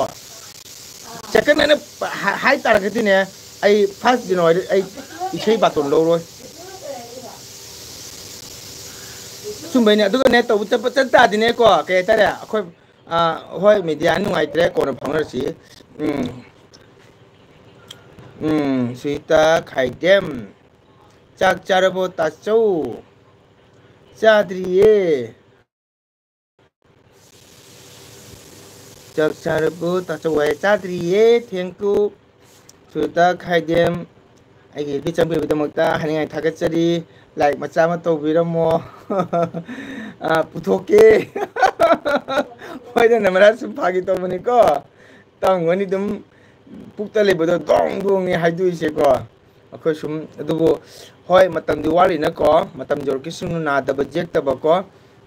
नाय जाउदबा Suita खाइदेम चाक चारब ताचौ चाजद्रिये इचन अदो like तोरमो support तोरमो काका नचन से जामना चनिंगबा मानब्रो गायना ए सोला चिंग पुदुर बिनंसो सोला चिंग पुदुरमी सही अमगिनी हराव बगिनी चलुसिए काइदे नमदा असेंबनि चसी काइदे तबुतबुने चकतो ताइ को थाम खाइ 15 डेज की मांगद खंगलो को तामगोन ड्यूटी नंग खंगिदोनी नुंगारिबो ताजो आई खंब्रो नंगदी ताचौ कौरे आइना दि लाकपा वारे अदो वारो बुजादे अमतंगदी फजना हाइरो सिता खाइदेम नुंगारिबो ताचौ आई खंब्रो जदि हाना तौजा गरबनी ओजा चाजरो इबुंग आइना ए न कारण बुनुको तुकोगी वाओ पुतु ओय माय गॉड पुतु चेकचारबो पुतु ओय माय गॉड ताचौ गाथौरे सागेने पुतु ताचौनि न पुतु कोबनिना पुतु चेकचारबो ड्यूटी द्रो चाद्री पुतु ड्यूटी द्रो इंजांग पुनमक लोइना थोंगा पुनी अदुना फनी तबु नमदाने मफमदा जो थोंगा चाबना हाव अदुना फरोइद्रो ड्यूटी नते कई छुट्टी जुमदा लाइरा तकना कोटरद्रो पुतु लाइक तौरो ताचौगिदो इंजांग पुनमक लोइना थोंगा पुनी है नति कदोरे नोकना बसे कलिदा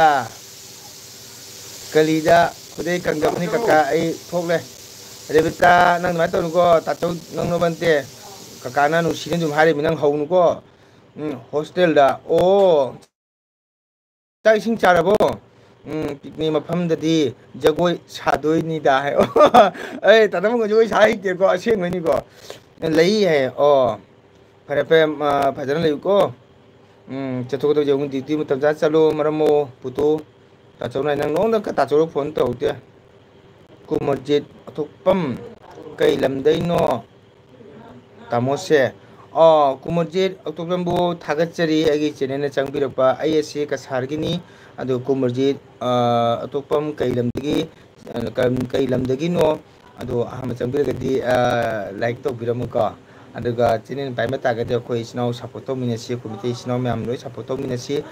थागतचरी कुमरजित अथोपम इसागी थबक मतम गायथोकपिर गहाक आइगी चैनल असिगे चंगबिरबिदमक्ता दोंबो हानिंगाइदन थागतचरी आई पुतुना कयाइबा चाद्री है पुतु चाक थोंगबो थबक कल्लिए फरे फरे थबक कल्लदी पोथारो पुतु ताचौन थागतचरी आइगी चन पुतु ꯇꯥꯆꯧꯒꯤ ꯆꯦꯅꯦꯜ ꯆꯪꯉꯛꯄ ꯐꯔꯦ ꯐꯔꯦ ꯅꯪ ꯊꯕꯛ ꯂꯩꯔꯗꯤ ꯄꯣꯊꯥꯔꯣꯀꯣ ꯂꯣꯏꯔꯦ ꯍꯥꯏ ꯀꯩ ꯏꯟꯖꯥꯡ ꯊꯣꯡꯗꯣꯔꯤ ꯑꯩꯈꯣꯏ ꯄꯨꯇꯨꯁꯨ ꯂꯥꯛꯑꯝꯃꯤꯅꯦ ꯅꯔꯃꯗꯥ ꯑꯩ ꯄꯥꯝꯕꯗꯤ ꯇꯥꯗꯣꯝꯅ ꯑꯣꯀꯦ ꯍꯥꯏ ꯑꯣꯀꯦ ꯕꯥꯏ ꯕꯥꯏ ꯄꯨꯇꯨ ꯌꯥꯝꯅ ꯚꯥꯞ ꯇꯥꯅ ꯂꯩꯒꯗꯕꯅꯤ ꯃꯇꯝ ꯆꯥꯅ ꯊꯕꯛ ꯆꯠꯂꯨꯀꯣ ꯃꯔꯝꯃꯨ ꯃꯂꯣꯝꯗꯩꯅꯤ ꯇꯥꯃꯣ ꯋꯥꯎ ꯊꯥꯒꯠꯆꯔꯤ ꯑꯗꯣꯝꯕꯨ ꯏꯅꯥꯎꯕꯨ ꯀꯣ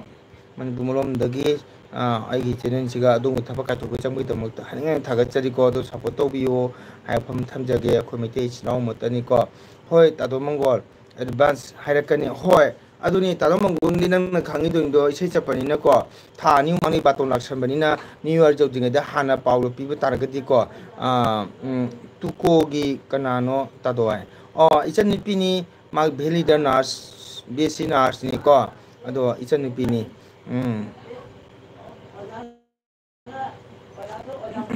ꯑꯗꯣ ꯀꯩꯅꯣ ꯅꯃꯗꯥ ꯇꯥꯃꯣꯅ ꯍꯥꯏꯗ꯭ꯔꯤꯀꯣ ꯑꯩꯒꯤꯗꯤ ꯅꯪ 15 ꯗꯦꯖ ꯊꯥ ꯃꯥꯡꯗꯥꯅ ꯈꯪꯅꯁꯤ ꯆꯠꯀꯗꯕ ꯗꯦꯠꯇꯨꯗꯤ ꯑꯩꯁꯨ ꯗꯦꯠꯇꯣ ꯀꯦꯟꯁꯦꯜ ꯇꯧꯅꯤꯅꯀꯣ ꯑꯩꯒꯤ ꯀꯩꯒꯨꯝꯕ ꯑꯩꯒꯤ ꯕꯥꯇꯣꯟ ꯂꯥꯛꯑꯁꯨ ꯑꯩ ꯍꯥꯏꯗꯣꯛꯀꯅꯤꯅꯀꯣ ꯑꯗꯨꯒ ꯐꯦꯃꯤꯂꯤ ꯃꯌꯥꯝ ꯑꯩꯈꯣꯏ ꯄꯨꯟꯅ ꯆꯠꯃꯤꯟꯅꯁꯤ ꯌꯥꯝ ꯊꯥꯞꯅ ꯆꯠꯂꯨꯁꯤꯀꯣ ꯑꯗꯨꯝ ꯑꯅꯛꯄ ꯑꯗꯨꯝ ꯆꯠꯅꯕ ꯌꯥꯕ ꯀꯣ ꯌꯥꯝ ꯊꯥꯞꯅ ꯆꯠꯂꯒꯁꯨ ꯅꯨꯡꯉꯥꯏꯇꯦ ꯃꯇꯝꯁꯤꯒꯤ ꯃꯇꯨꯡ ꯏꯟꯅꯀꯣ ꯑꯗꯨꯅꯤ ꯅꯔꯃꯗꯥ ꯇꯨꯀꯣꯒꯤ ꯀꯅꯥꯅꯣ ꯇꯥꯗꯣꯏ ꯏꯆꯟꯅꯨꯄꯤꯅꯤ ꯃꯥꯁꯤ ꯇꯨꯀꯣꯒꯤꯅꯤ ꯑꯗꯨꯒ ꯚꯦꯂꯤꯗ ꯕꯤ ꯑꯦꯁ ꯁꯤ ꯅꯔꯁꯅꯤ ꯏꯆꯟꯅꯨꯄꯤꯁꯦ ꯑꯗꯨꯅꯤꯀꯣ ꯅꯔꯃꯗꯥ ꯀꯥꯎꯅꯔꯣꯏꯁꯤꯀꯣ ꯍꯌꯦꯡ ꯃꯇꯝ ꯌꯧꯔꯒ ꯀꯥꯎꯊꯣꯛꯄꯗꯤ ꯅꯨꯡꯉꯥꯏꯇꯦ ꯑꯗꯣ ꯂꯧꯁꯤꯟꯅꯕꯒ ꯇꯥꯗꯣ ꯃꯪꯒꯣꯜꯒ ꯅꯃꯒ ꯑꯗꯩꯗꯤ ꯏꯆꯦꯃꯟꯒ ꯑꯩꯈꯣꯏ ꯄꯨꯟꯅ ꯏꯆꯤꯜ ꯏꯅꯥꯎ ꯆꯥꯛ ꯆꯔꯥ ꯑꯃ ꯆꯥꯃꯤꯟꯅꯁꯤ ꯅꯔꯃꯗꯥꯀꯣ ꯇꯁꯦꯡꯕꯅꯤ ꯃꯦꯗꯤꯌꯥꯁꯨ ꯑꯣꯏꯔꯁꯅꯨ ꯃꯦꯗꯤꯌꯥꯗ ꯑꯣꯏꯔꯁꯨ ꯀꯩꯝ ꯀꯥꯏꯗꯦ ꯇꯥꯃꯣꯒꯣꯟꯗꯤ ꯇꯁꯦꯡꯅ ꯍꯥꯏꯁꯤꯅꯤ ꯏꯆꯤꯜ ꯏꯅꯥꯎ ꯆꯥꯛ ꯆꯔꯥ ꯑꯃ ꯆꯥꯃꯤꯟꯅꯁꯤ ꯀꯣ ꯏꯆꯤꯜ ꯏꯅꯥꯎ ꯄꯨꯟꯁꯤ ꯆꯨꯞꯄ ꯀꯥꯎꯅꯔꯁꯤꯀꯣ ꯆꯦꯅꯦꯜ ꯄꯥꯏꯗꯕ ꯆꯦꯅꯦꯜꯅ ꯀꯩꯒꯨꯝꯕ ꯃꯇꯝꯗ ꯑꯩꯅ ꯄꯣꯊꯥꯈꯤꯕ ꯇꯥꯔꯒꯁꯨ ꯅꯔꯃꯗꯥ ꯑꯩꯈꯣꯏꯒꯤ ꯅꯨꯡꯁꯤꯕ ꯀꯣ ꯅꯨꯡꯁꯤꯅꯕ ꯄ꯭ꯔꯦꯝꯁꯤ ꯊꯥꯗꯣꯛꯅꯔꯁꯤꯀꯣ ꯑꯩꯈꯣꯏ ꯌꯥꯝ ꯅꯨꯡꯁꯤꯅ ꯆꯥꯟꯅ ꯂꯩꯃꯤꯟꯅꯁꯤ ꯍꯥꯏꯖꯅꯤꯡꯉꯤ ꯑꯩꯗꯤ ꯅꯔꯃꯗꯥ ꯌꯥꯝ ꯅꯨꯡꯁꯤ ꯏꯆꯦꯃꯟꯁꯨ ꯌꯥꯝ ꯅꯨꯡꯁꯤ ꯀꯣ ꯏꯃꯥ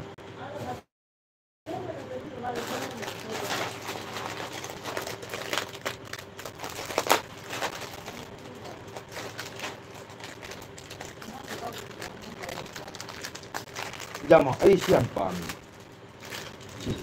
ꯍꯥꯎꯁꯨ ꯍꯥꯎꯕꯅꯤ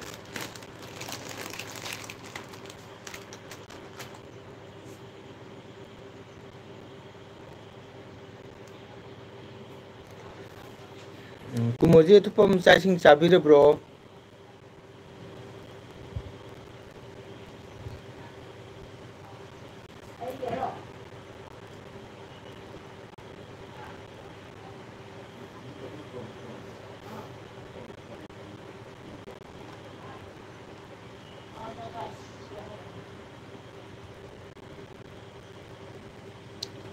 ꯆꯥꯗ꯭ꯔꯤꯗ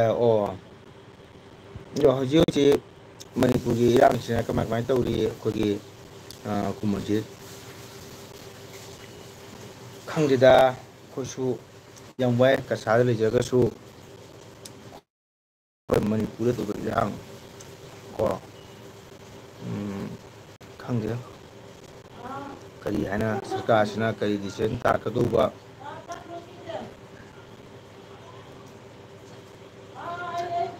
ꯈꯪꯗꯁꯨ ꯑꯩꯈꯣꯏ ꯀꯁꯥꯔꯒꯤ ꯑꯩꯒꯤ ꯏꯃꯥ ꯏꯄꯥ ꯃꯉꯥꯟ ꯇꯨꯀꯣꯗꯤ ꯏꯕꯣꯛꯀꯤ ꯌꯨꯝꯅꯦ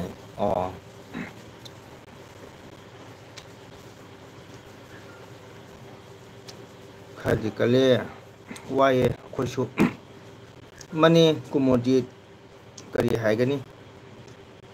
ꯃꯅꯤꯄꯨꯔꯒꯤ ꯃꯇꯧꯁꯦ ꯑꯩꯈꯣꯏꯁꯨ ꯍꯥꯏꯕ ꯉꯝꯗꯦ ꯇꯨꯀꯣ ꯀꯣꯟꯁꯝ ꯌꯥꯝ ꯈꯪꯉꯔꯣꯏ ꯑꯩ ꯏꯆꯟꯅꯨꯄꯤꯁꯤꯗꯤ ꯃꯛꯀꯤ ꯃꯄꯥꯟꯗ ꯁꯨꯝ ꯂꯩꯔꯕꯅꯤꯅ ꯑꯉꯥꯡꯅꯤꯅ ꯅꯔꯃꯗꯥ ꯀꯣ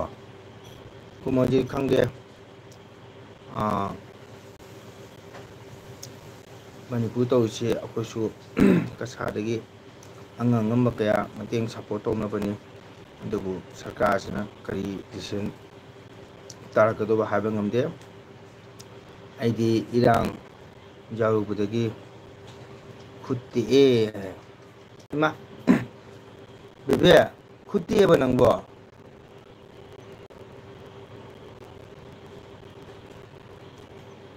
kakadi khang khangde chiman gina khaidem da mabuk mayumne ama bebe chumbai ro eh jede te ro oi te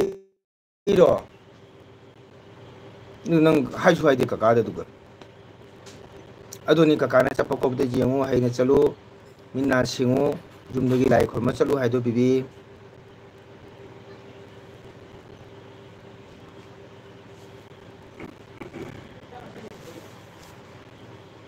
jeta oima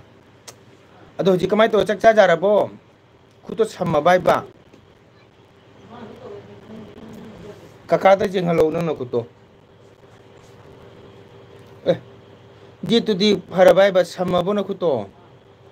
jade jadaga nang asi ju thoi ba irang duga samdri bai ba kya kuira wari no haisibo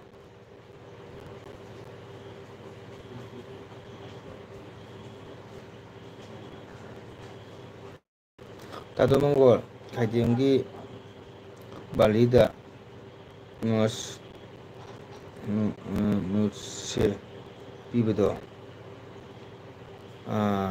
ijemangi mabung macha pine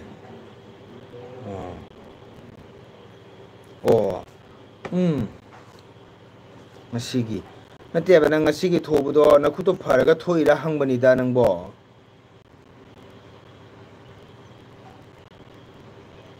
mas pibedo ijemangi mabung macha pine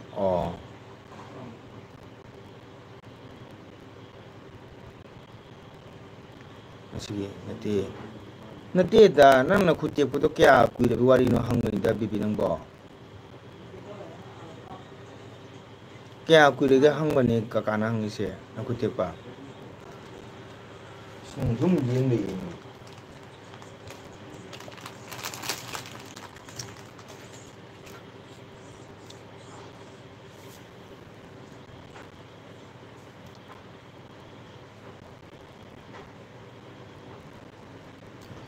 ngasi te pani ma yo haisu haide du ngasai ka kadang te pura khuding te ibro ngasi te pa nang ngasai kaim to de haidai ne nang irang loi baga dum change haidai ne irang du am kandi haraga nang hujina khuti hai baduga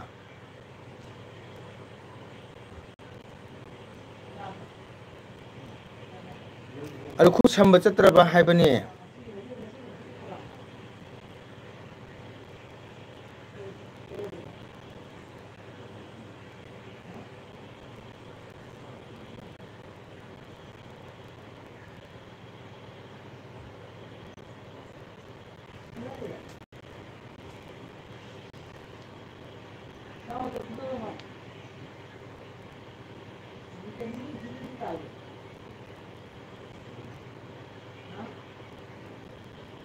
Rebita lay bro layri namata layri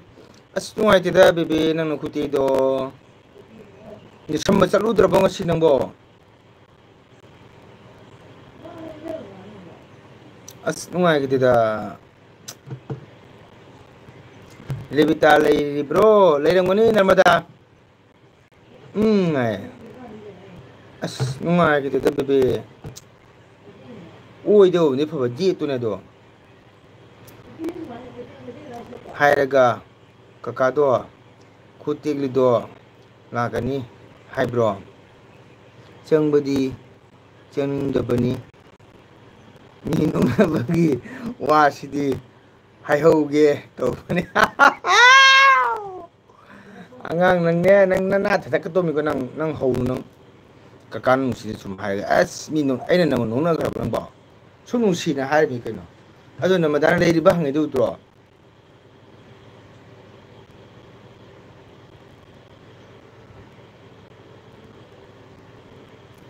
masuk tet harak kiri ke hai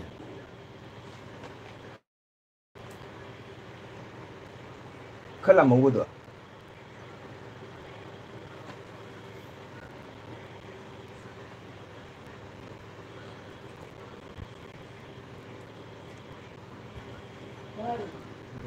Namada nangna hangbagi changlakpani nongnabuduga ikaire ai changba masi ngangse masi mana masi mai chei ta tare masi ngangse ngasi ko nongna ta tare ko nang haunu bas ai san bibi jam khutte nunga gi da rebita leiru sum aduna haido ai sum sira phagi to gan namada kama ta sagon ba khamra masi ngang ne kamai to no khangge da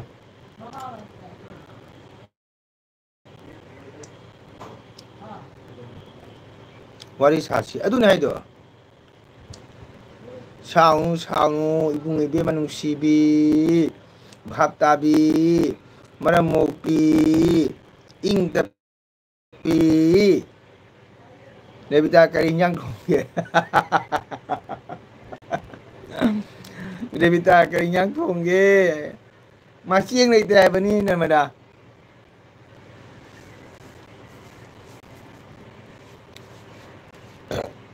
Devita kari nyang thongge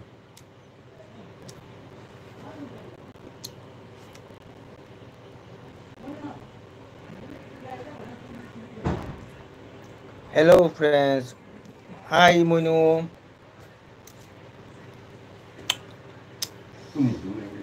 Ha, mobile di. Kaya mo. Tira mo.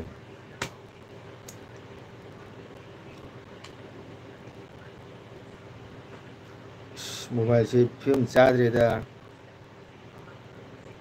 Mobile sing si ba. Gua ana pa yebo.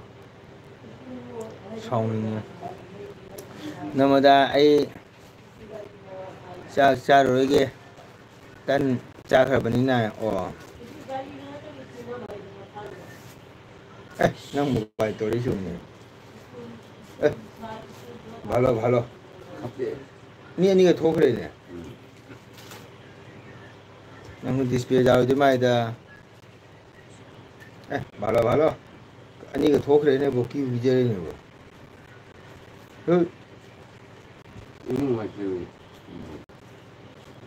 Ang heart soul ini.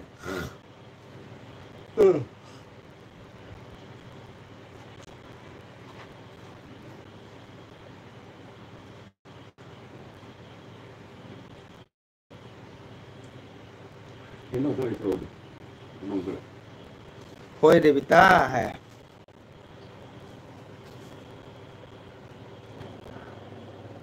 Apa? Mesti kita ini pada ngurus urus. Oh, gini.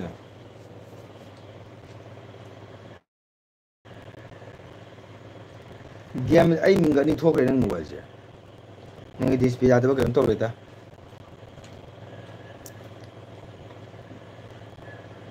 Rebita namu sound na mi ka kan si sumai nang ai tong nang ne bo.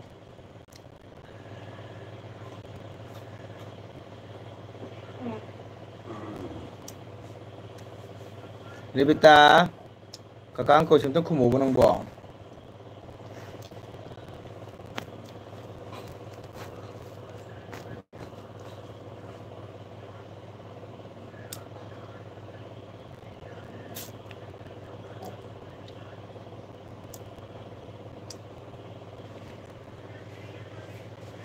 Oh, dia cari.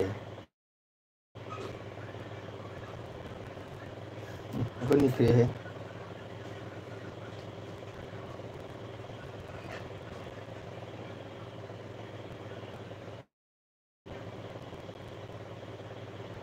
Anak apa dia?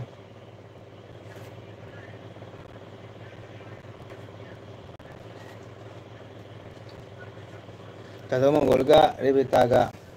Rashid तीन देखो है अस राशिदी नर्मदा पूरा कैनोनी मधुर सनी को संगोमगा संगोम फमगा लोजुलागा लानमोनगा खंगबा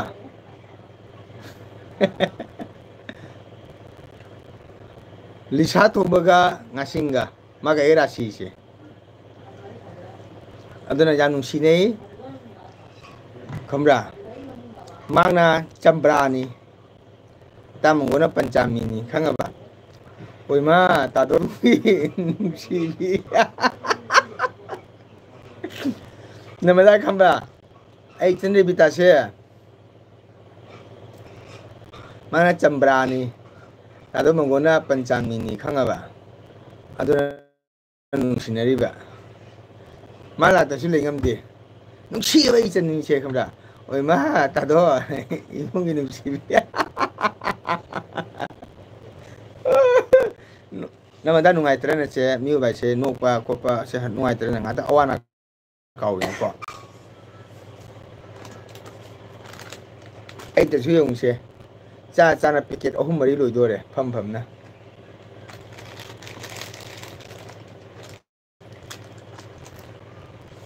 아도니 나마다 나다 버젝트 바거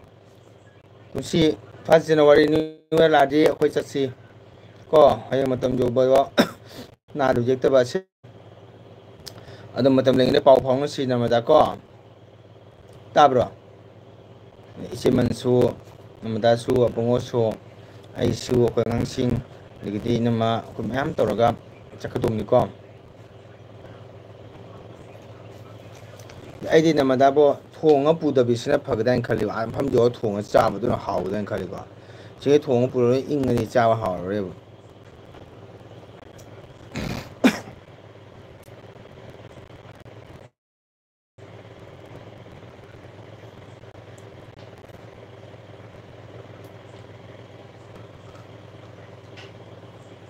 chicken yau ju yam yau lai gi puti kai lai pura ni se tham ju nu ngau rồi kai tum upu de ge tham asi man ga mirang chang rani kui ni ja ye no si dibo oi ma tadam go ibung si be rebita la o la fire le suara jo suara tham ju nu go podi अच्छा छो box ले छे मुंग थमा के दोगे ने छे थमा के क्या के थमु ना ब्रमा ना सीना हाय मनी ने हाय दो छे जा रि ngau ro बनoi को हाय के मदु हाय मी ने न हाय के मदु हाय मी छे नो ना ते इ चा दे बो lu ba si ma to pi po chi bu a si ga tham ju no ko phai hai ga de chi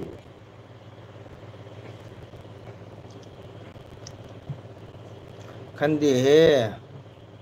mapok numi su manadaba rasidi khangde uno bajande